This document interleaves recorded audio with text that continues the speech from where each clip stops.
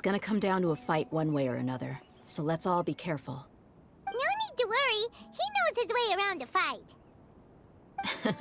I'm not worried about that. What I meant is that we probably shouldn't go too hard on the enemy. After all, we still need to get information out of them.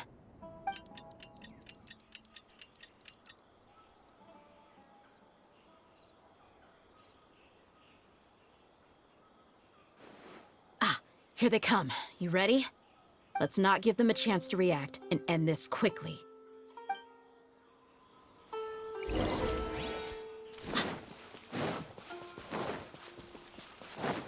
Let's get it on! Lucky today. Take that! Ha! The jungle.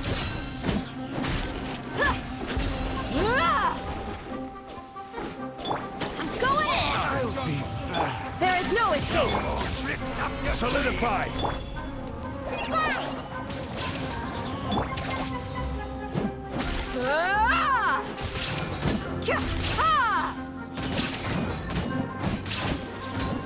I'll be back. Check here.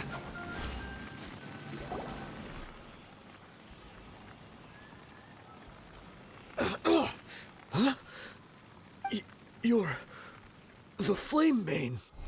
Good. That saves me an introduction. All right, time for a little talk. Are you buddies with Dakana Lakmar now? Tell me, what are they after? You know the code of being a mercenary just like everyone else. The first rule is to never divulge key information about our employer. What makes you think I'd talk? That might have worked on an amateur, but I know you're just looking to protect your reputation. Think about it, though. What's your reputation worth if you won't have the other tools you need to succeed in this line of work?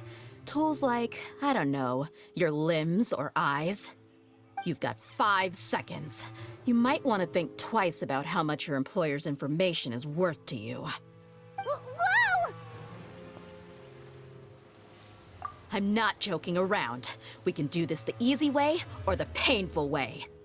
2 seconds! I'll save you the trouble.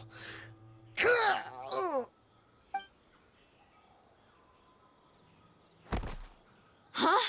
Are you crazy? He tried to bite off his own tongue. Quick, search the area for any first aid supplies. I definitely didn't expect him to go that far. Thankfully, the wound wasn't too deep, and he just passed out from the pain. But why would he be so extreme? I just wanted to test his mettle. You can get a lot of mercenaries to talk just by threatening them. I didn't expect him to be willing to go through so much pain just to deny us some intel. Well, he's out cold for now. We could wait for him to wake up, but maybe it's not a good idea to interrogate him any further. What should we do? Yeah, don't worry about it. It'll be a waste of time to interrogate him again after that. He might just hurt himself again if we start asking. There are lots of goods around here. Let's search the area. Maybe we'll be able to find something. I'm really sorry.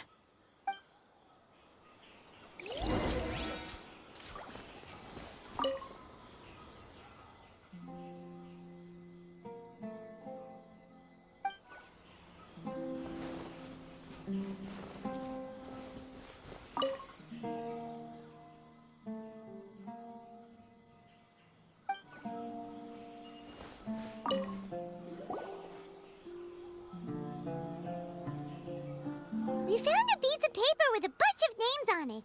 Maybe it's a record of something. Let me take a look. If this really is a merchant caravan, they should have a record of their transactions. Yep. I see an entry for Dakana Lakmar right here. Kusela, Idrisi, Bashar, and Takriti.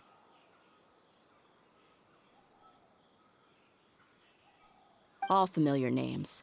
Dakana Lakmar has been trading for a hefty supply of food, weapons, and medicine.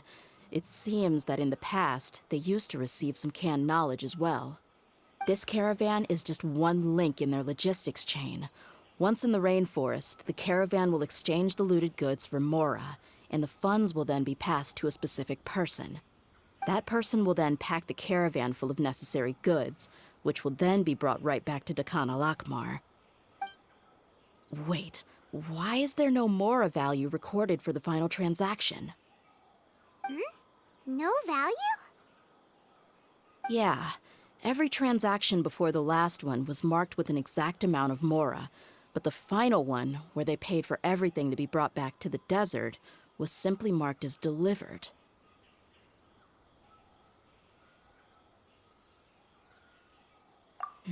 Perhaps. But they couldn't have known how much they would make off selling the loot. Do they not care about profit margins at all? Anyway, the next part's the records of the goods themselves. There are a lot of entries. Everything was probably sourced from the rainforest. Huh? What's wrong? Shazamon Homayani?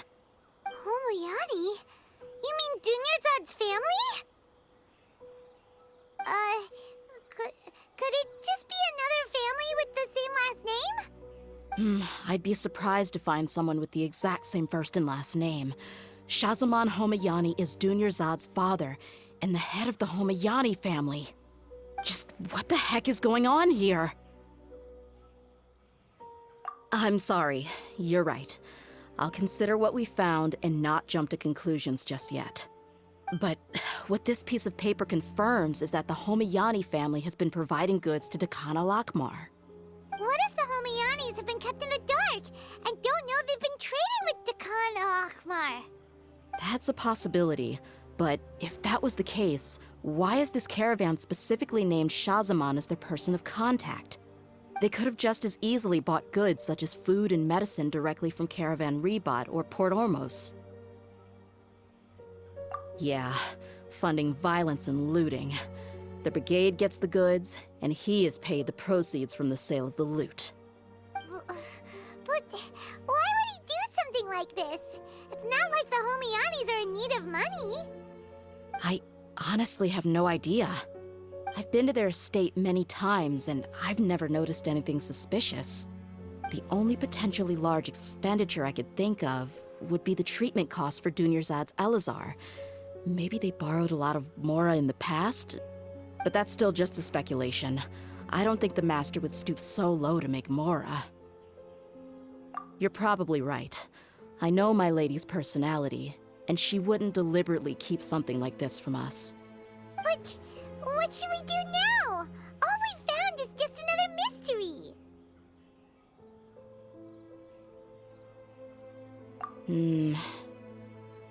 If you ask me, we already have no choice but to confront her about this. I'm not worried. It's too early to make a verdict yet. I still have faith in the Homayanis. Let's go find my lady again. We'll tell her everything and see if she's willing to lend us her support. If we're lucky, we can not only figure out the mystery of this paper, but also follow the trail of breadcrumbs to the people responsible at Dakan al-Akmar. Dia, are you sure this is the best decision? What if instead of getting the help we need, we just end up revealing everything we've discovered to the enemy? I've considered that possibility. But even still, I want to tell her what we found. I think I owe her that much. True friendship is built on trust. She showed genuine concern for me when we first brought up the topic. I can't repay her kindness with doubt and suspicion. That's not how I deal with people. You're right. Paimon wants to trust Dunyarzad too. Yeah. Let's pay another visit to Sumeru City.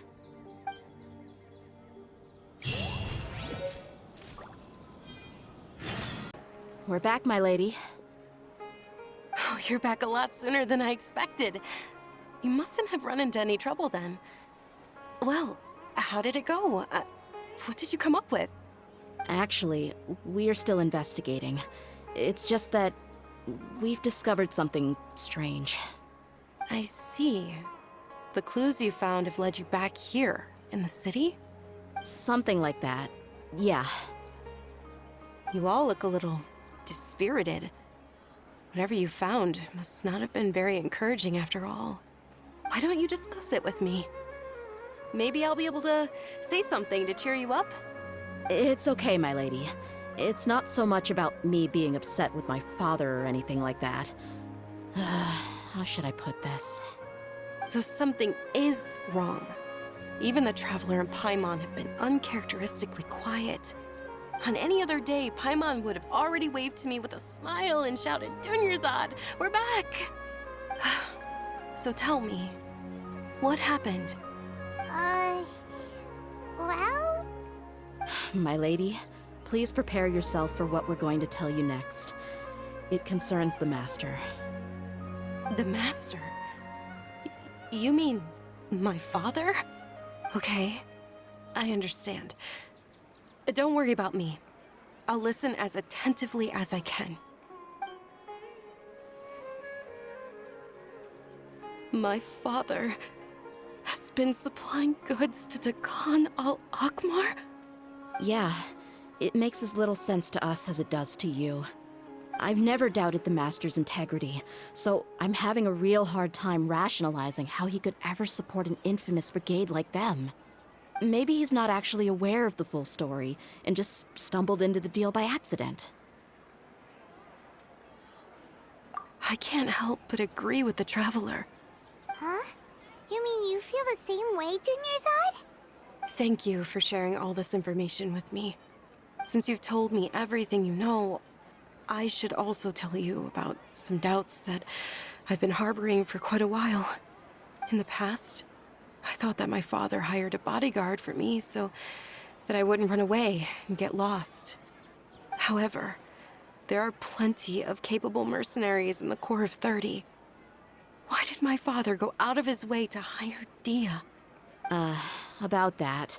Well, the Homiyanis really needed bodyguards, so they reached out to the Blazing Beasts. Later, the Master told me that I was one of the best mercenaries he'd ever seen, and that I should stick around to become one of his bodyguards. He offered me a pile of Mora, so I just signed on. Well, but that didn't really answer my question. Just think about it. Why did my father specifically reach out to the Blazing Beasts? Maybe the Corps of 30 just didn't have anyone available, or maybe someone recommended us. I've never given it too much thought. I think I get what you're saying.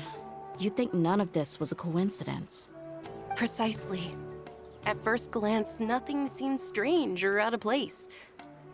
But there are many parts of the story that don't actually make any sense. If my father had always been in contact with Dakan al-Akmar, then it would make sense for him to bring Dia into our house. You mean the goal all along was to get Dia to be your bodyguard? No, that's too much of a stretch. I cut all ties with my father a long time ago. He has no control over my life anymore. But that still doesn't rule out the possibility that your father has still been trying to influence your life without you knowing. So, the Master was not likely an innocent victim in all of this? Sorry we put all of this on you so suddenly, Dunyarzad. It's okay, Paimon. I should actually be thanking you. Regardless of his reasons, if my father has truly been funding a violent group of mercenaries, then it's my duty to bring him back to reason. But is that really the right thing to do? My father has committed many atrocities and deserves all the punishment that he has coming to him. I have zero sympathy for him. You may call me an ungrateful child, but my feelings will remain the same. However, the Homiyani family has treated me with nothing but generosity and kindness. If we decide to investigate this further, we could end up implicating the entire Homiyani family. I would be biting the hand that's fed me over all these years. Dia. It's all right, Dia. If anyone were to ask, you could always just say that I'm the one who instructed you to get to the bottom of this. You don't have to do that, my lady. I'm not conflicted because I'm afraid of taking responsibility. Besides, you're the one we should all be worried about right now. Hey! It's still too early to give up hope! What was the thing about friendship again? Right, yeah, trust! You said that yourself, Dia! Besides, there's no point on getting all riled up before we've confirmed all the facts!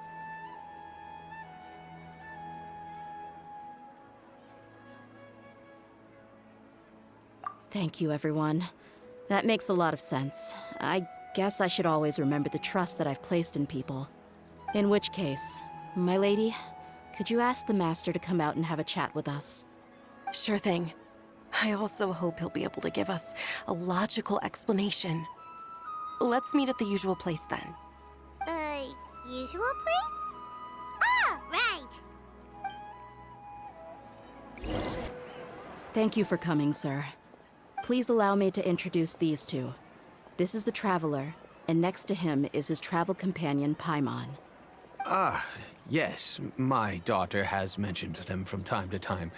It's a privilege to finally meet them in person. But we may skip all the pleasantries for now. What is the important matter you wish to discuss with me today? Well, we wanted to bring this transaction record to your attention. There's something on this record that we're all pretty curious about. So, that's what you found? Huh.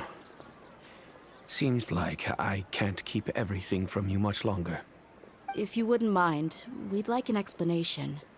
Well, it's a long and difficult story.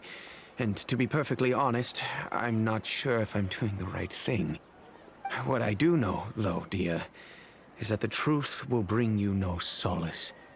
If anything, it will likely cause you a great amount of anguish.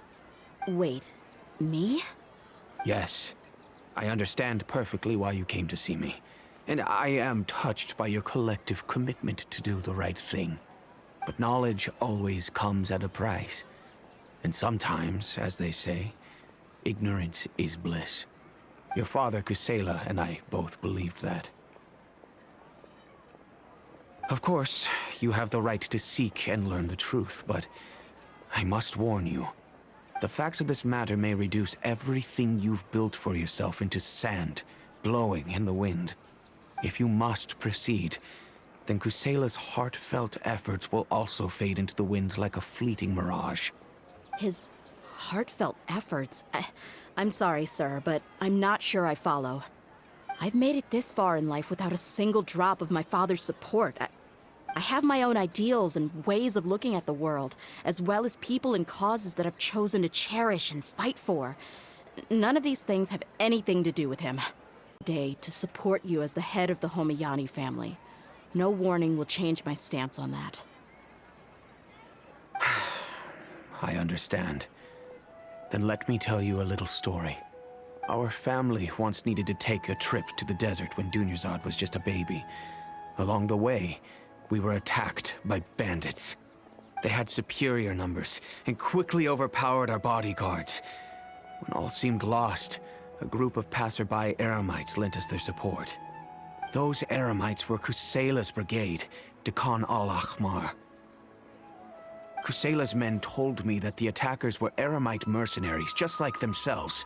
I was shocked. Why would Dekan al-Ahmar go so far to save us and not spare the fellow Eremites?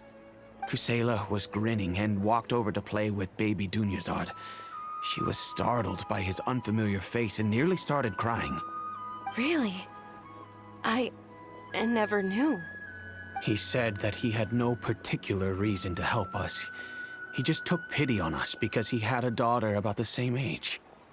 We started talking about our children, and I sensed that he was a devoted father. To repay his kindness, I hired his brigade to help out at our estate for a time, and offered everyone generous remuneration. So, that's what happened. It was many years before I saw him again. I almost didn't recognize him the next time he came knocking on my door. The man I knew to be strong and healthy had been reduced to a shell of himself. He couldn't even walk anymore without his cane. So, what happened to him? He was perfectly fine when I left the brigade. I'm not too sure myself. The only thing that didn't change was his cheery disposition. He said there was absolutely nothing to worry about and that he had gotten into a fight. That was all. He then suddenly asked me if Dunyarzad, now that she had grown, would need a bodyguard of her own. at the time, Dunyarzad was going through a particularly severe bout of her Elazar. There was no need for her to have a bodyguard when she could barely leave the house. But he kept coming back to the topic. Come on, it never hurts to be safe. How do you know a bodyguard won't come in handy one day? I was completely lost at first, until he recommended the Blazing Beasts, and in particular, a mercenary named Dia. So he was the one who recommended Dia to you. Indeed. He didn't say it out loud, but it was clear that he saw Deshret's relics as an evil group who would eventually corrupt every member in their ranks. He was already beyond redemption, but he hoped that he would be able to detach his daughter from the vicious world of mercenary life. If Dia could stay in my house and keep working as a bodyguard, then gradually her affinity for the desert would decrease, and she'd be able to leave her previous life behind. And that's why you offered her such generous compensation? Yes, but not just because of that. From the moment that he asked me for that favor, I also began to see Dia as my own daughter. And that's also why I tried to persuade you to stay when you asked for permission to leave. I was willing to spend however much it took. Kusela saved my daughter and I all those years ago in the desert. I could never refuse him entrusting his daughter to me. He was always like that, acting like he's oh so smart and self-righteous. Kusela said that he'd reimburse me for a portion of Dia's fees. I refused to take any mora from him, but he'd always send me funds anyway. Eventually, I just accepted them as a token of his gratitude. And that went on for a while until I received another letter from him a few years ago.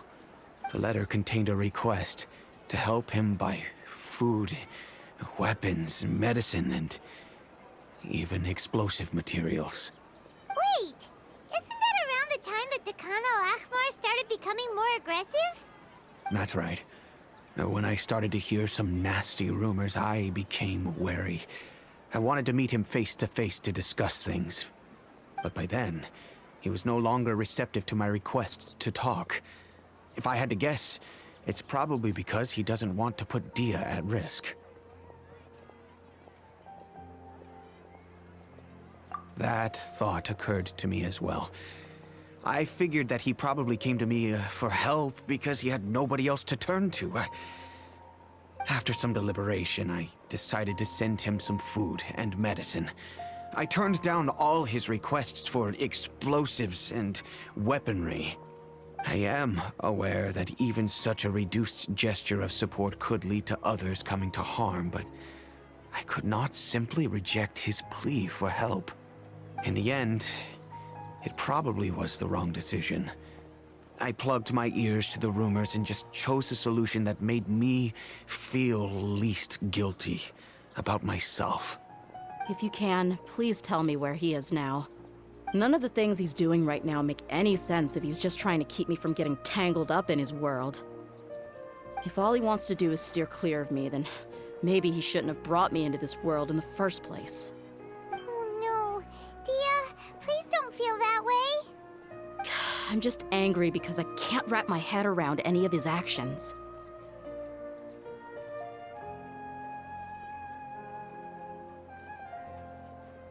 Another way? I don't know. I knew him, and he was nothing more than a childish brute. I can't understand what's going through his head. But I guess you do have a point. We haven't uncovered the whole truth yet. We still need to figure out his exact actions and reasoning for these last few years. I'll do my best to help. Of course, anything between the two of you would need to be resolved between you and him alone. I don't know Kusela's exact whereabouts. Outside of supplying his brigade with some goods, I tried my best to avoid getting involved any further with him. However, there's a man on the list named Jawed. He used to be a mercenary in the desert and is now a member of the Corps of 30. He's responsible for supplying weapons and liaising with the Dakan al-Ahmar's merchant caravan. I think he should know Kusela's whereabouts. I've heard that he likes to have a few drinks alone and enjoy the cool wind at night outside the tavern. Maybe you'll be able to find him there. Understood. Thank you, sir. Then I guess this is bye for now, unless... I'll stay and be with my father here. To be honest, I'm still a little dazed and haven't finished processing everything quite yet. My father has indeed done something wrong, but if I think about it, I'm also not sure if there was a right way to handle this problem. I feel like our only course of action is to turn everything we know over to the core of 30 and let them render judgment. Yes. I am prepared to accept whatever verdict they choose. It's time to face my mistakes. Huh? Who are you guys? I know what you've been up to. Smuggling weapons to violent brigades in the desert while working for the Corps? Pretty bold, if you ask me. Shh. Keep your voice down. How do you know all that? Come with me. We should take this elsewhere. I'll be happy to talk things over once we're somewhere private.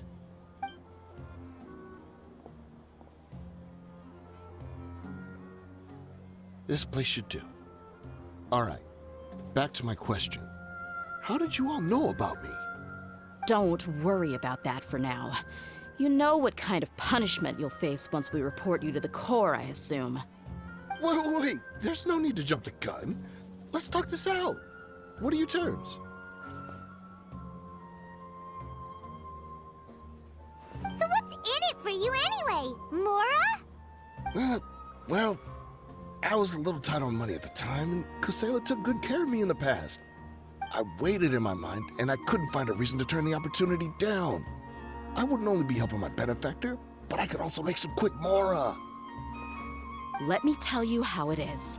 We're investigating Dakan al-Akmar, and we're gonna put an end to their operations. If you provide some help for us, then we might just put in a good word later to reduce the terms of your punishment. Hey, why don't we discuss this a little first? Listen, I made quite a bit of Mora from my last run. You just give me a number, and I'm sure we can... Shut it. My patience is running out. You should know when a mercenary is after something other than money. All right, sheesh. But you gotta promise you'll put in some nice words for me later. They're always on the move. Here's the spot they were at the last time I made my delivery to the desert. Feel free to go have a look. I'm just telling you, though, it's not on me if they're not there anymore. Sure. And then you can forget about any nice words from us. Hey, come on. Now you're just being unreasonable. Really? And how do I know you're not leading us straight into a trap? Don't forget, you're the one with no bargaining chips. All right, I get it. Why don't you go take a look, and if they're not there anymore, I'll try to figure out something else for y'all. Now that's more like it. Let's move. And as for you, try to stick around the city until we get back. You don't want us to call the folks from the Corps and have them drag you back to the city.